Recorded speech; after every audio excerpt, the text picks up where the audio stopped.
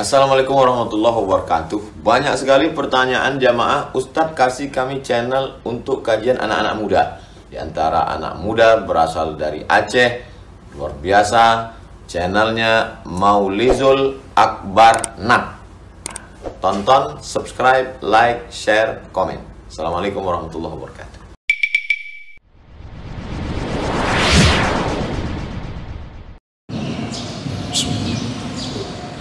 Assalamualaikum warahmatullahi wabarakatuh. Alhamdulillahi rabbil alamin, wa bi ni'matihi tatimmu as-salihat. Asyhadu an la ilaha illallah wahdahu la syarika lah, wa asyhadu anna Muhammadan 'abduhu wa rasuluhul karim.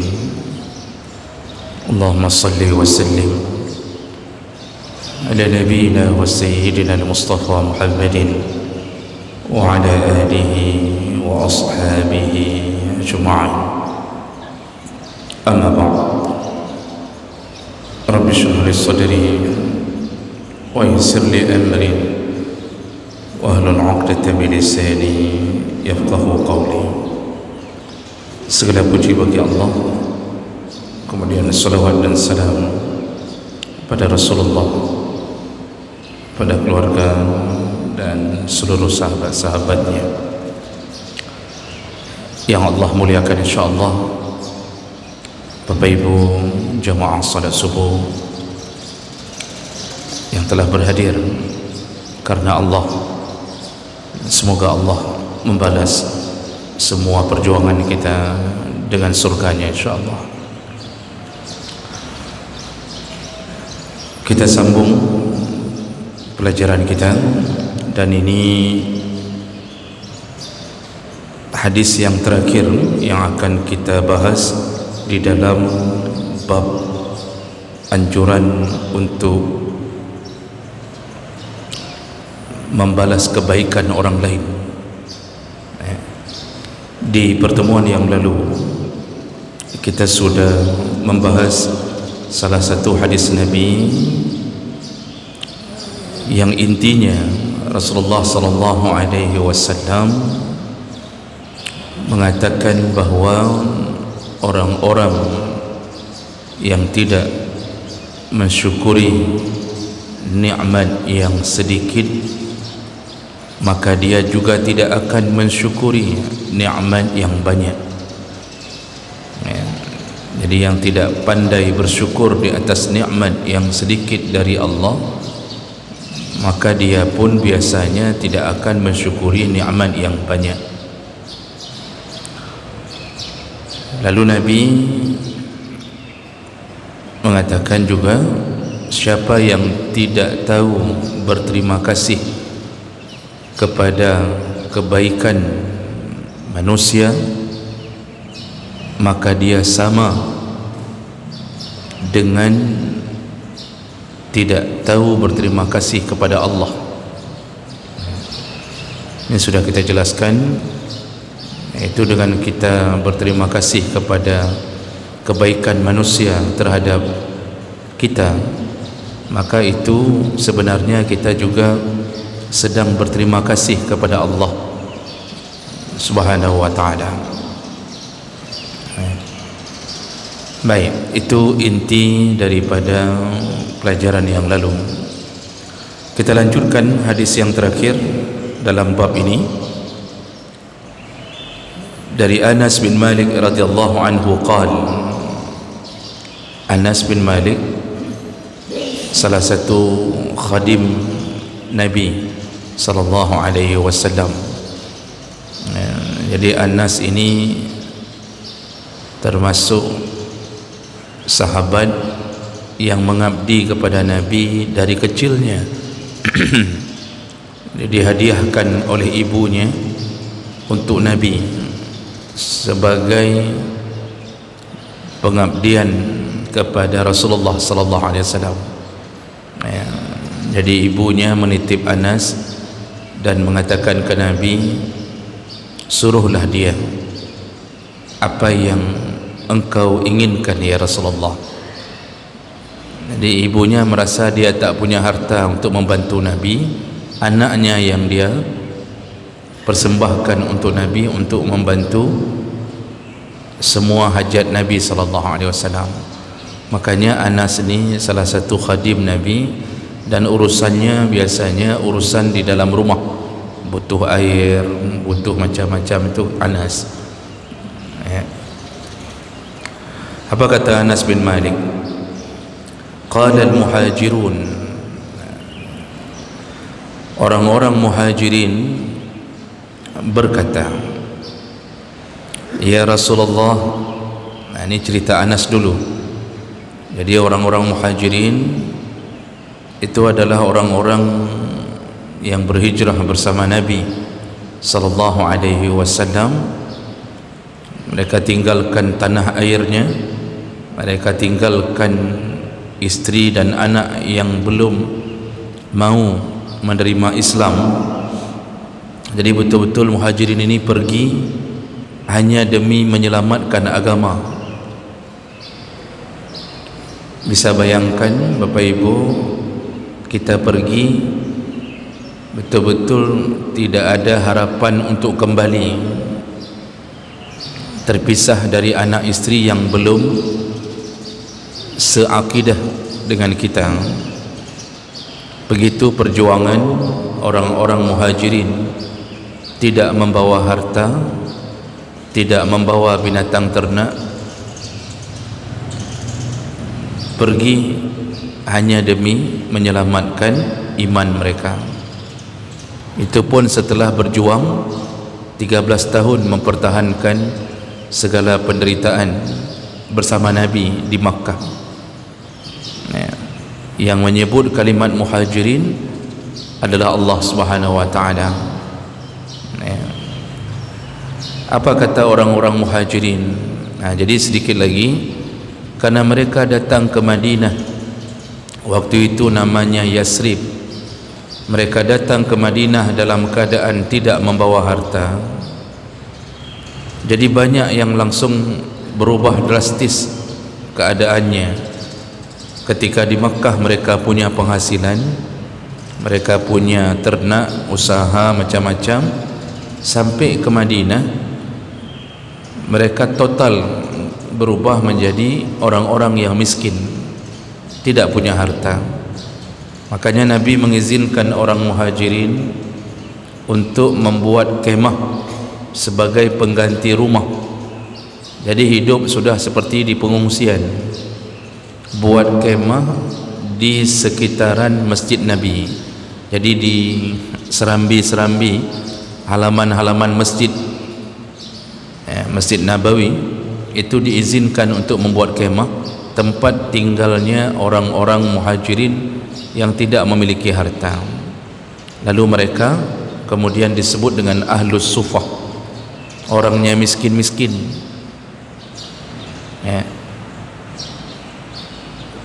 Dan kondisi ini tak terbayangkan. Kita kalau melihat pengungsi Palestin dengan membawa anak, membawa istri, pakaian ala kadar, mengungsi dari kota kelahirannya, itu pun sudah menyedihkan bagi kita. Apalagi kaum muhajirin waktu itu benar-benar di dalam rasa ketidaknyamanan karena di dalam proses pengejaran dari orang-orang kafir Quraisy. Makanya orang muhajirin berkata, ya Rasulullah, wahai Rasul, zahabal ansar bil ajri kullih. Jadi mereka mengatakan kepada Nabi, ya Rasulullah, orang-orang Ansar itu telah mengambil seluruh pahala. Ma ra'ayna qauman ahsanu bazlan likatsir. Kami tidak pernah melihat ada orang yang berkorban untuk agama dan saudaranya seiman yang lebih hebat daripada orang-orang Ansar. Begitu pengakuan sekaligus pujian terhadap orang-orang Ansar dari mulutnya orang-orang Muhajirin. Wala ahsana muwasatan fi qalilin minhum, bahkan ketika mereka merasa sedikit atau sedikit itu merasa tak mampu, mereka pun meluaskan pertolongannya. Artinya walaupun tak mampu pun mereka menolong kita. Pengorbanan orang Ansar itu, kata Muhajirin, dia sendiri tak mampu tapi mereka menolong kita. Mereka sambut kita, mereka terima kita dengan keadaan benar-benar seperti menerima saudara kandungnya. Jadi pengakuan kebaikan orang Ansar terus mengalir dari mulutnya orang Muhajirin. Walakad kafawnal ma'unah, mereka mencukupkan kebutuhan kita. Artinya ya mereka tetap memberikan makan, sedekah, macam-macam ke Muhajirin. Nah, di sini dulu jemaah melakukan Allah, berarti Muhajirin dengan segala kemuliaan mereka berjuang bersama Nabi dari Makkah, ketika mereka pindah ke Yasrib yang kemudian Nabi mengubah namanya menjadi Madinah Al-Munawwarah, salah satu yang tidak dilupakan oleh Muhajirin adalah kebaikan orang-orang Ansar. Sehingga mereka memuji-muji Ansar di hadapan Nabi SAW. Ini menjadi sebuah kesaksian, pengakuan terhadap kebaikan. Ada beberapa pelajaran yang bisa diambil dari kalimat-kalimat Muhajirin.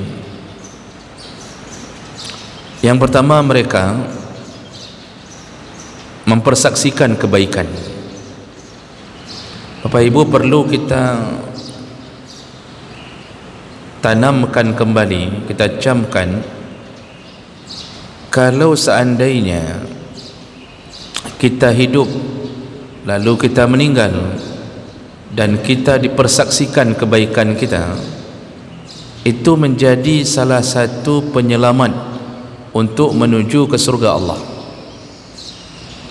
Bahkan dalam hadis Nabi disebutkan, barang siapa yang meninggal dunia fayashhadu lahu arba'atan min jiranihi al-adnin, barang siapa yang meninggal dunia lalu kemudian dipersaksikan kebaikannya oleh 4 orang tetangganya, oleh 4 orang tetangganya, al-adnin, tetangga yang terdekat. Jadi misal tetangga terdekat itu tak mesti langsung samping rumah, tetangga yang di depan, di belakang rumah kita, di kiri, kanan, ya yang terdekatlah. 4 orang saja mengatakan bahawa kita ini orang baik, dan pengakuan itu tulus dari hati mereka. Jadi begitu terdengar kabar dan disiarkan di speaker atau mic, menasah dengan ucapan inna lillahi wa inna ilaihi raji'un, telah berpulang ke rahmatullah fulan bin fulan dan seterusnya. Lalu mulailah tetangga ketika mendengarkan kabar kematian kita, dan mereka mengatakan, Masya Allah, sudah meninggal bapak itu, orangnya baik sekali, selama hidup dengan kita tidak pernah membuat kemudaratan, tidak pernah membuat masalah dengan kita. Jangankan satu kampung memuji, 4 orang saja memuji, kata Nabi. 4 orang, Pak. Apa kata Nabi berikutnya? Faqala Allah, kalau pujian itu tulus, ikhlas, keluar dari hati yang paling dalam. Jadi tulus itu kan begitu kita dengar tetangga kita meninggal, kita kita langsung mengucapkan kami meninggal Pak yang kok orang sudah meninggal ibu itu, orangnya baik sekali. Allah berkata, ini kata Nabi ni, Allah berkata, laqad sami'tu qawlakum wa ghafartu lahu ma la ta'lamun. Telah kudengarkan kesaksian kalian.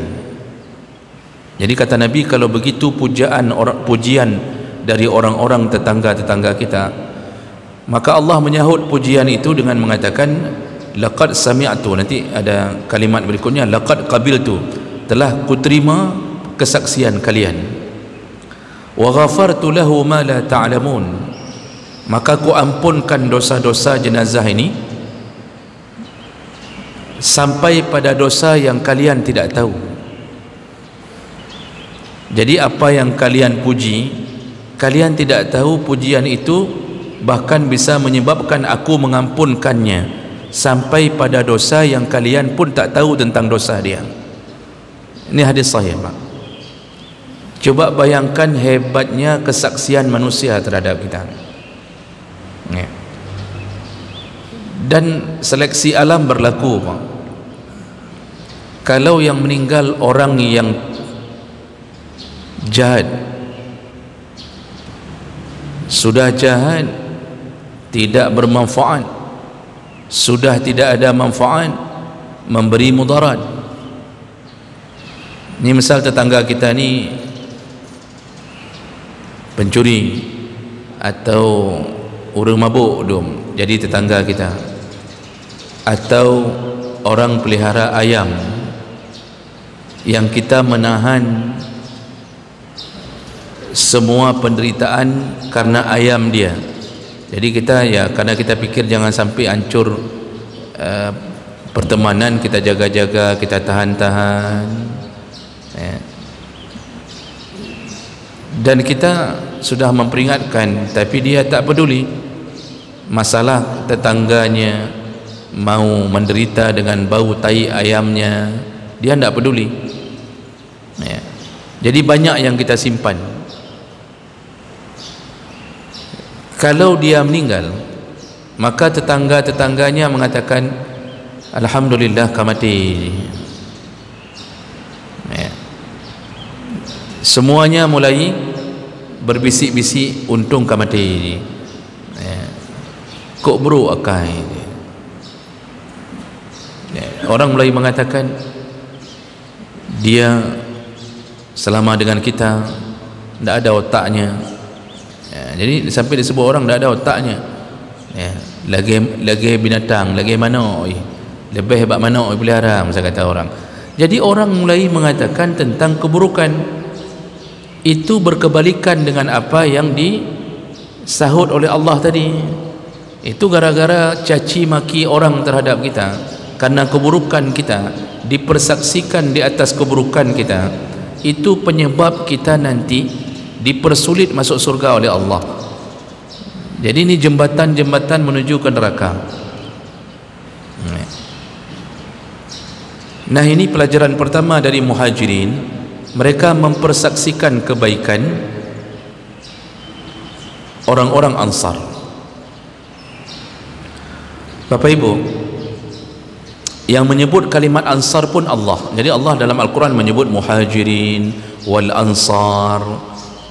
Disebut Ansar jamak dari Nasir, artinya penolong. Ansar itu para penolong. Sampai Allah memberi gelar mereka para penolong, berarti memang kelompok orang-orang yang di saat itu menolong Muhajirin itu sudah diberi label penolong, menunjukkan bahawa mereka benar-benar tulus menolong Muhajirin. Kita kalau cuma sekali dua menolong orang, tidak disebut penolong, Pak.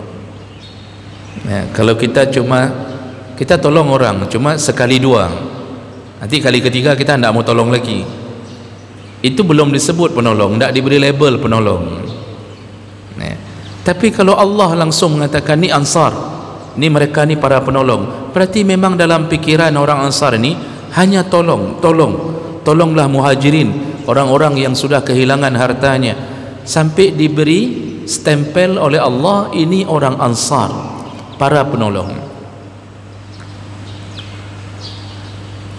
Makanya Muhajirin itu masuk surga dengan perjuangan mereka, menahan badan, menahan perasaan, dibunuh, disiksa.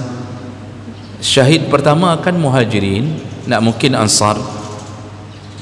Orang yang syahid pertama dalam Islam itu kan Sumayyah, istrinya Yasir. Kemudian juga Yasir pun ikut dibunuh, suaminya. Jadi yang pertama dibunuh itu istri. Cara bunuhnya, dibunuh oleh Abu Jahal, ditusukkan tombak ke dalam kemaluannya sampai tembus ke dadanya. Begitu bangsatnya Abu Jahal. Jadi Sumayyah dipaksa keluar dari Islam, tidak mau keluar, diikat, ditusuk dengan tombak dari kemaluannya. Yasir sudah ditangkap, juga sedang dalam keadaan disiksa. Yasir melihat istrinya dibunuh dengan cara begitu. Anaknya Ammar selalu melapor ke Rasulullah, ya Rasulullah, ibuku ditangkap, dibunuh. Kata Rasulullah, bersabarlah, karena pada waktu itu minoritas, belum bisa berjuang untuk membela. Bersabarlah, kata Rasulullah. Lalu kemudian Ammar datang lagi, ya Rasulullah, ayahku pun dibunuh. Bersabarlah. Terus Nabi mengajar, bersabarlah. Nah, jadi begitu perjuangan Muhajirin, dikejar, diembargo, mereka masuk surga dengan perjuangan mereka. Lalu mereka hijrah. Ternyata dalam Al-Quran, ketika Allah menyebutkan surga, bukan hanya untuk Muhajirin, untuk Ansar pun jaminan surga. Kalau Muhajirin berjuang dengan badan mereka, kalau Ansar kenapa dijamin surga? Ternyata kuncinya ketika menolong saudara sesama mukmin yang sedang ditimpa kesusahan. Nah, makanya surga itu bagi para pejuang surga, bagi yang menolong para pejuang pun surga. Itu sikap orang Ansar. Bahkan ketika Nabi datang pertama, itu disambut besar-besaran oleh orang Ansar. Senangnya mereka, tidak ada sedikit pun yang berbisik, ini kalau kita terima di kampung kita, itu nanti menjadi masalah di kampung. Tidak ada yang berbisik itu sedikit pun. Tidak ada dari kaum Ansar yang mengatakan, nyo katruk buya tamang, buya krung kada dang-dang, misal begitu kan. Tidak ada dari mereka yang mengatakan ni sudah masuk buaya, jadi buaya masuk istilahnya. Nanti buaya sungai itu dang-dang, berdiri gimana maksudnya? Buaya sungai maksudnya orang dalam, orang yang tempatan tidak ada kerja. Tapi kalau buaya masuk dapat rezeki, itu kan sindiran untuk orang masuk ke satu kampung. Penduduk kampung asli pribumi tidak ada kerja, tapi orang masuk ke kampung dia ada kerjanya, disindir dengan bahasa itu. Itu tidak ada pada orang Ansar, karena keyakinan mereka terhadap Allah Subhanahu wa ta'ala, tidak merasa tersaingi rezekinya.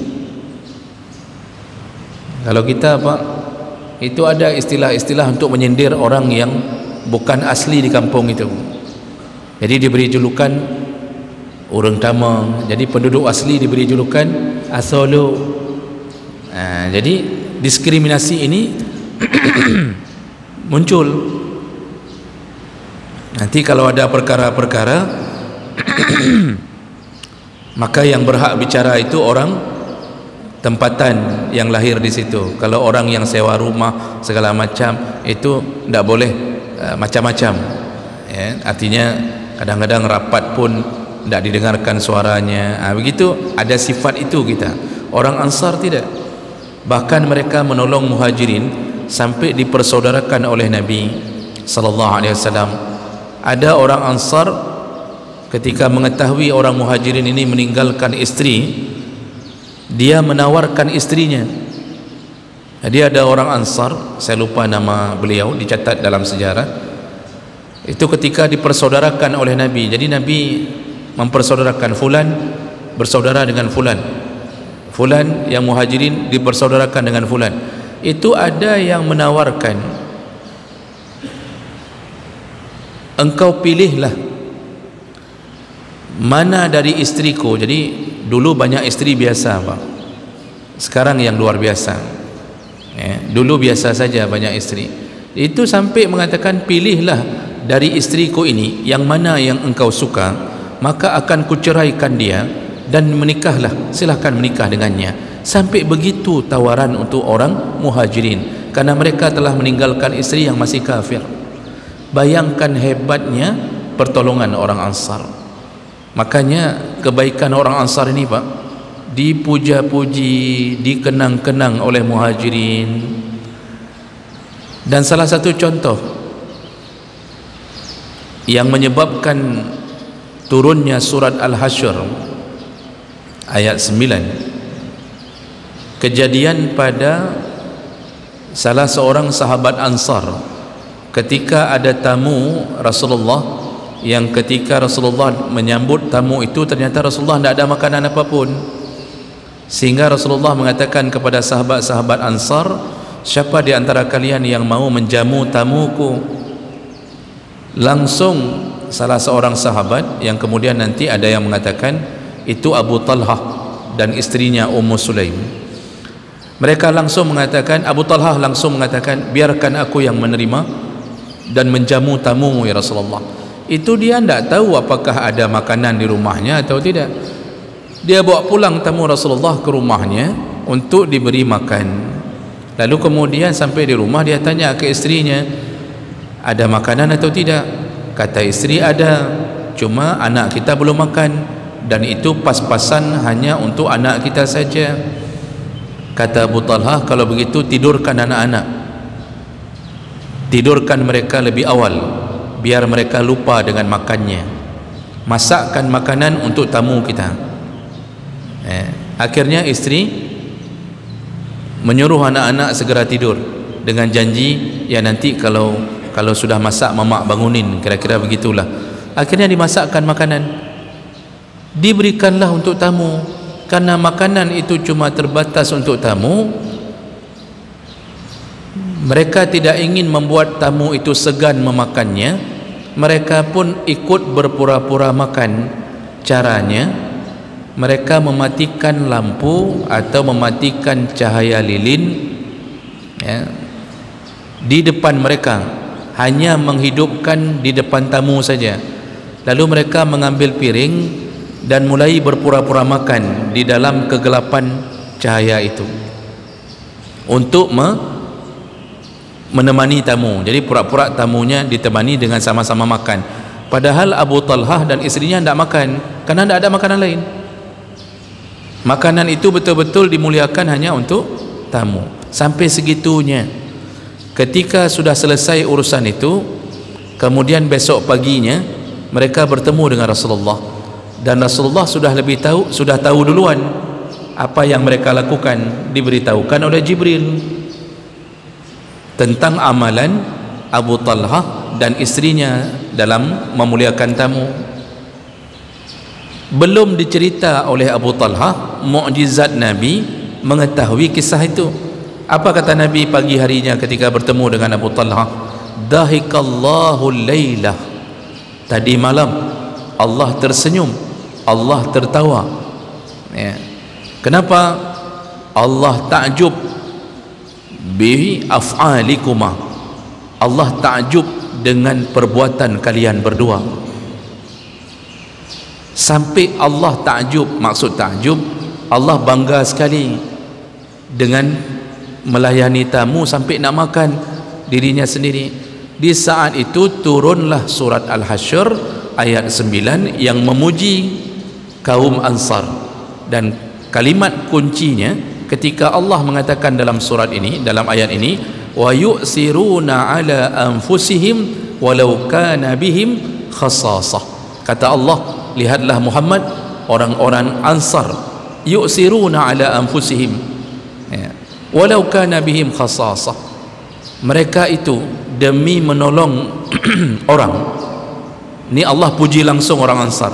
Orang Ansar itu, kata Allah, demi menolong orang, mereka tidak mendapatkan apapun, mereka kesusahan, mereka tak peduli. Walau kana bihim khasasah itu, mereka kesusahan pun mereka tidak peduli, tetapi mereka selalu mendahulukan orang lain. Itu yang menyebabkan mereka masuk surga bersama orang yang ditolongnya. Makanya orang Muhajirin cemburu, Pak. Maksudnya, kok ged orang Ansarnya.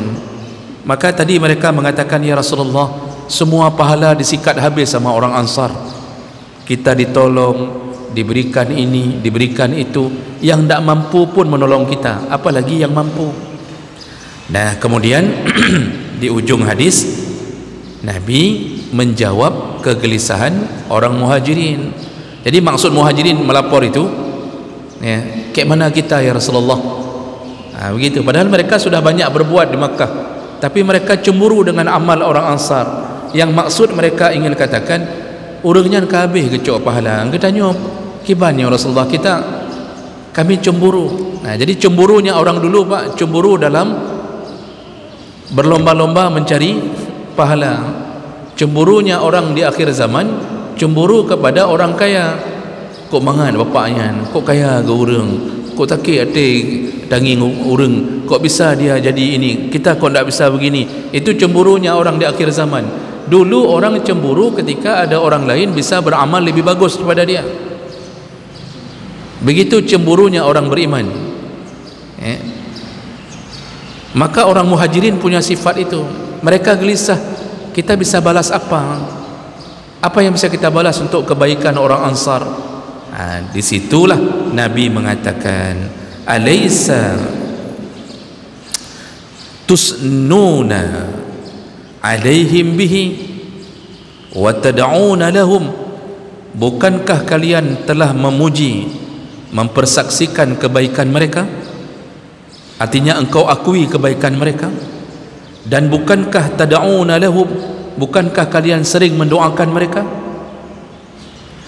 Qalu bala. Orang Muhajirin mengatakan, benar ya Rasulullah, karena kami tidak tahu balas apa, kami persaksikan kebaikannya, kami akui kebaikannya, lalu kami puji, kami doakan mereka yang telah menolong kita, orang-orang Muhajirin. Mereka mengatakan, benar ya Rasulullah, kami sering melakukan itu. Qal, lalu Rasulullah berkata, fazaka bizaka, doamu kepada mereka, pujianmu kepada mereka, itu Allah balas pahala yang sepadan dengan kebaikan mereka. Di sini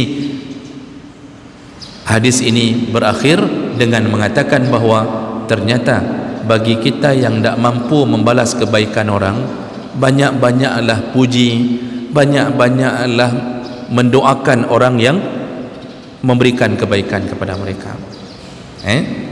Cuma begini Bapak Ibu, ini catatannya, bagi kita yang tidak mampu balas. Tapi bagi kita yang mampu balas, disuruh balas. Kan ini sudah berapa hadis kita bacakan. Ada orang pernah berbuat baik ke anak kita, balaslah. Kalau kita mampu balas, berusahalah berbuat baik kepada anak dia. Ada orang yang dulu menolong kita sampai selesai kuliah, kita hari ini sudah PNS, maka balaslah. Gaji sudah keluar, tiap bulan 5 juta, 6 juta, itu belum kena tunjang, belum kena tukin, belum kenanya, kena haji. Kita sudah berhasil. Dulu kita disekolahkan orang. Itu kalau level itu selain mendoakan, yang pertama pilihannya adalah balas. Jadi mulai itu tiap-tiap bulan kirimkan ke orang tua angkat kita yang telah menyekolahkan kita. Dah kirim Pak, 300,000. Itu orang bahagianya, Masya Allah, anak ini kita sekolahkan, tak lupa ke kita. Itu yang disuruh pertama. Jadi jangan ambil dulu langkah ini, karena ada orang yang sudah orang berbuat baik, tak pernah balas, dia langsung masuk ke dalam langkah ini. Itu tetap orang akan mengatakan, kupu kayak pujo-pujo ulung, tapi krit luar biasa ke?